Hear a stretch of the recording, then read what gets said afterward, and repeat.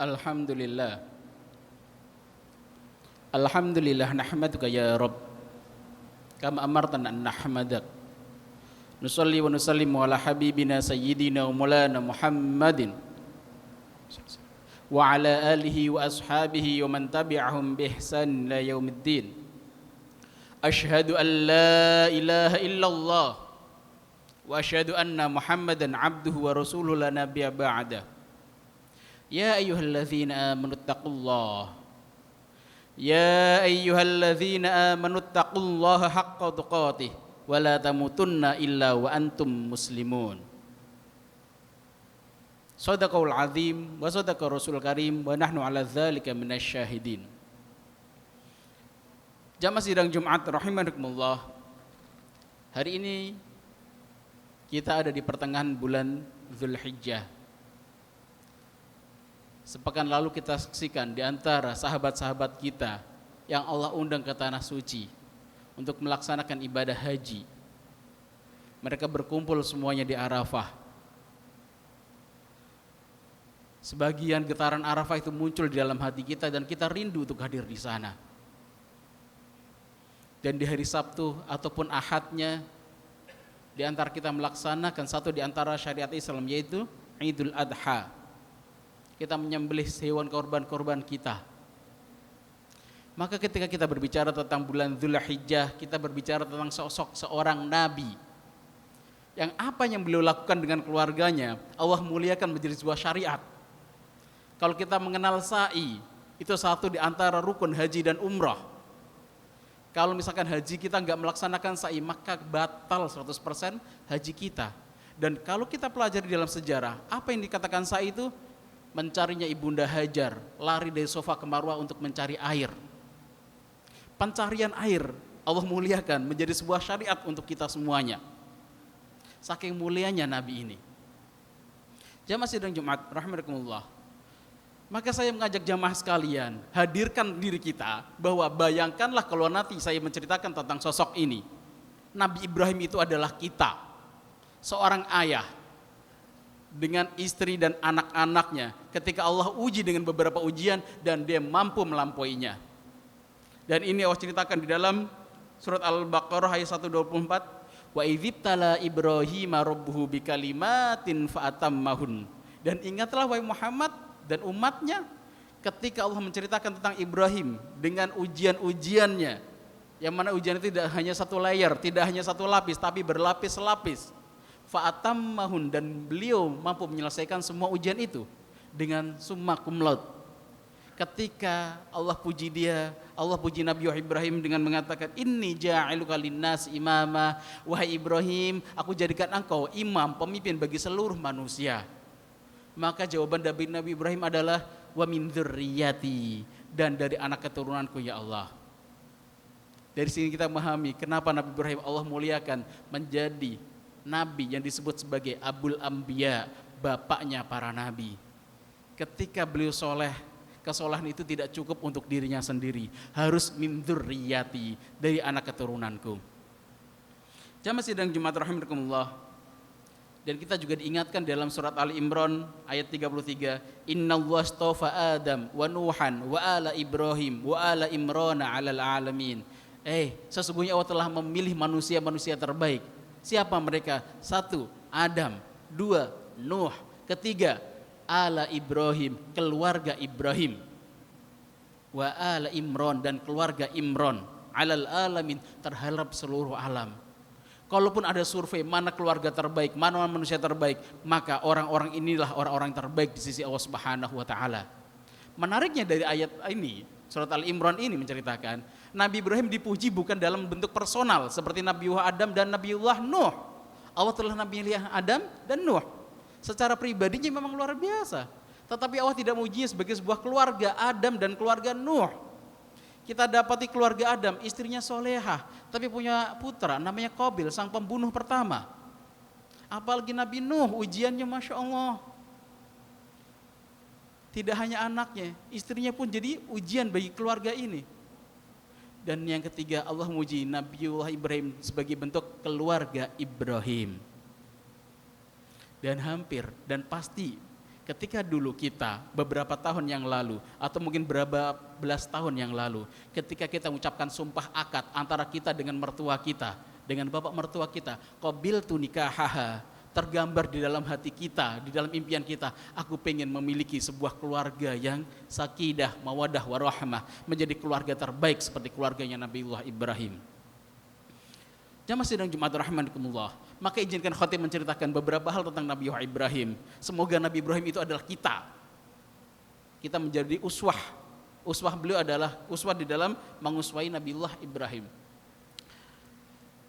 Kalau dimulai dari awal bahwa Nabi Ibrahim tidak tinggal di Palestina, beliau tinggalnya di Babilonia, di Ur, sebuah daerah di Persia. Beliau ada satu di antara keluarga yang nomaden untuk berdakwah. Dari Babilonia pindah-pindah terus sampai ke Syam dan nanti sampai ke Mesir, setelah itu kembali lagi ke Palestina, dan di sanalah beliau tinggal cukup lama. Sampai suatu perintah ketika beliau berumur 80 tahunan, beliau belum memiliki momongan. Maka kalau misalkan satu di antara kita ada yang Allah uji dengan belum memiliki momongan sampai saat ini, maka bolehlah kita tersenyum, alhamdulillah ya Allah, aku telah mengikuti jalannya Nabi Ibrahim yang telah engkau uji dengan keterlambatan di dalam memberikan momongan. Ibnu Katsir menceritakan, Ismail kecil lahir ketika Nabi Ibrahim berumur 86 tahun. Dan nanti disusul oleh adiknya dari ibu yang berbeda, Nabi Ishak ketika beliau berumur 95 tahun. Maka setelah itu ternyata terjadi kecemburuan antara ibunda Sarah dengan ibunda Hajar. Maka Nabi Ibrahim diperintahkan memisahkan antara Hajar dengan Sarah. Hajar diminta hijrah dari Palestina, disuruh bergerak menuju ke arah selatan, tidak tahu kemana tujuannya. Saking takutnya ibunda Hajar, beliau sampai menggunakan kain jarik yang ditalikan di dalam tubuhnya agar menghilangkan jejak-jejak kakinya agar tidak dikejar oleh ibunda Sarah, istri pertama Nabi Ibrahim. Lari, kenapa ibunda Sarah telah bersumpah, laqtu'anna Hajar, aku akan memotong-motong Hajar sampai 3 bagian. Kemarahan istri pertama terhadap istri kedua, ingin memutilasi ibunda Hajar. Maka Bapak Ibu rahimakumullah, jamaah sidang Jumat rahimakumullah, kalaupun misalkan di dalam rumah tangga kita berharap ya Allah rumah tangga para nabi pasti indah ya, tidak ada gesekan sama sekali, tidak ada manyun sama sekali, enggak seperti itu. Maka kita harus pahami, kalaupun misalkan kita dapati Nabi Ibrahim Allah puji sebagai keluarga terbaik, ternyata ada sebuah momen ketika seorang istri bersumpah untuk memutilasi istrinya yang lain. Jadi jangan berbayangkan kalau misalkan istri seorang Nabi, Masya Allah gitu ya, setiap hari senyum, menyiapkan kopi dan teh, dengan selalu apapun yang terjadi dengan suami selalu terima gitu. Tidak, ada ujiannya masing-masing. Kalau kita pelajari sirah Nabi Muhammad SAW, pernah suatu ketika sahabat Umar bin Khattab punya persoalan dan beliau ingin menceritakan persoalan itu kepada baginda Rasul. Ternyata didapati Rasulullah tidak di dalam rumahnya, ternyata beliau di masjid. Ya Rasulullah, kenapa di sini kok ya Rasulullah? Karena anakmu wahai Umar. Pernah Rasulullah keluar dari rumahnya gara-gara ada gesekan dengan ibunda Aisyah. Abu Bakar pun datang. Kenapa ya Rasulullah? Karena anakmu wahai Abu Bakar. Hafsah, antara Hafsah dengan ibunda Aisyah. Allahu Akbar. Maka kita pelajari di sini wahai Bapak, kalaupun misalkan tadi pagi kita berangkat ke kantor, ada tidak senyum dari istri kita, bukan berarti istri kita ahli neraka. Bisa jadi memang itulah naturalnya sebuah keluarga. Kadang ada senyuman dan kadang ada cemberutnya juga. Maka kita sebagai seorang laki-laki belajar dari Nabi Ibrahim, beliau begitu bijak. Tidak ada rasa apapun, ya sudah diperintahkan untuk hijrah, hijrahlah beliau dari Palestina menuju ke Makkah. Sampai di Makkah perintah turun kembali. 86 tahun anak kecil itu dinanti-nanti. Ternyata ketika lahir bayi masih memerah itu disuruh ditinggalkan Allah SWT di tempat yang disebut Makkah. Jangan bayangkan Makkah seperti saat ini.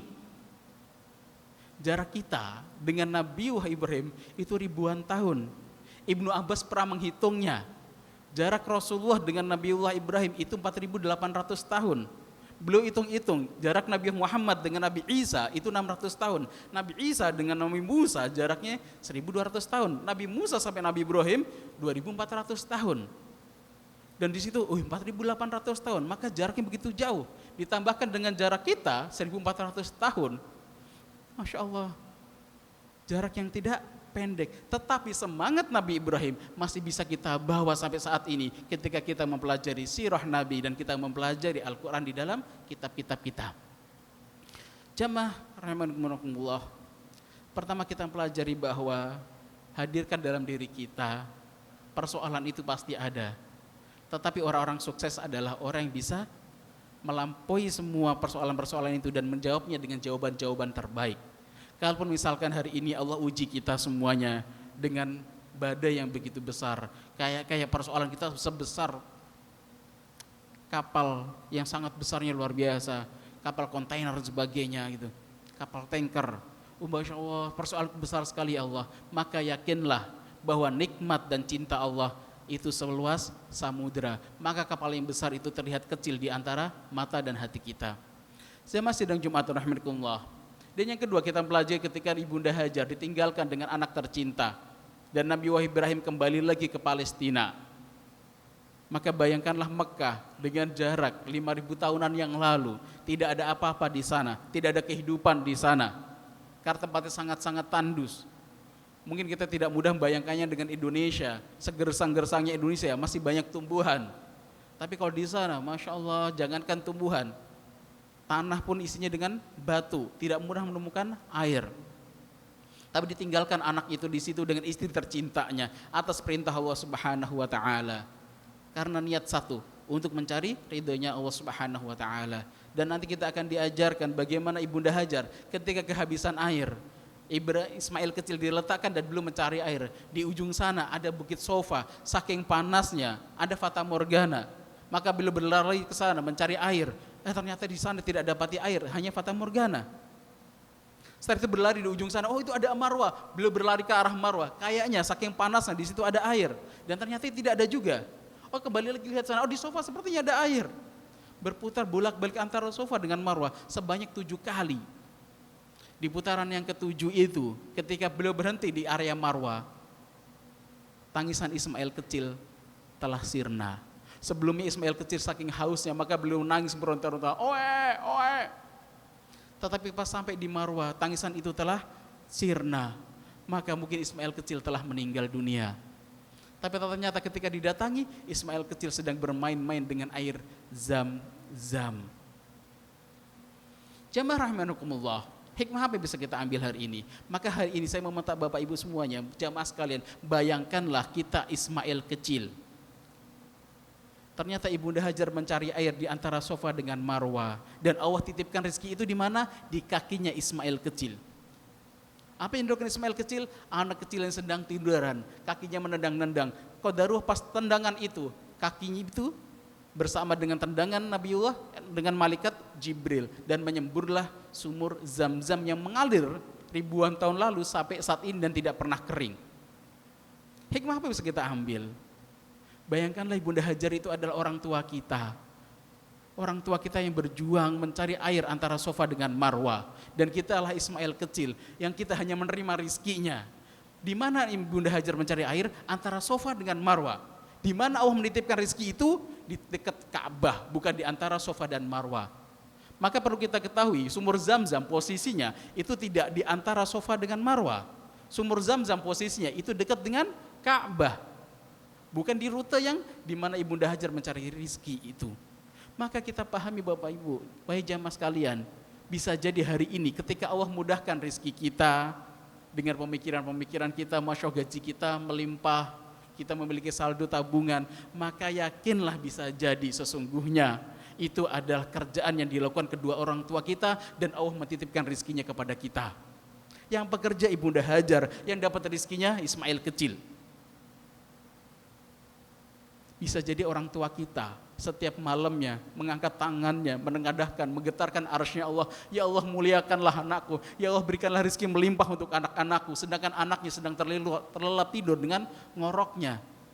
Dan pagi harinya Allah berikan rezeki itu. Kenapa? Getaran dari kedua orang tua kita. Maka jangan pernah sombong ketika Allah berikan banyak kemudahan bagi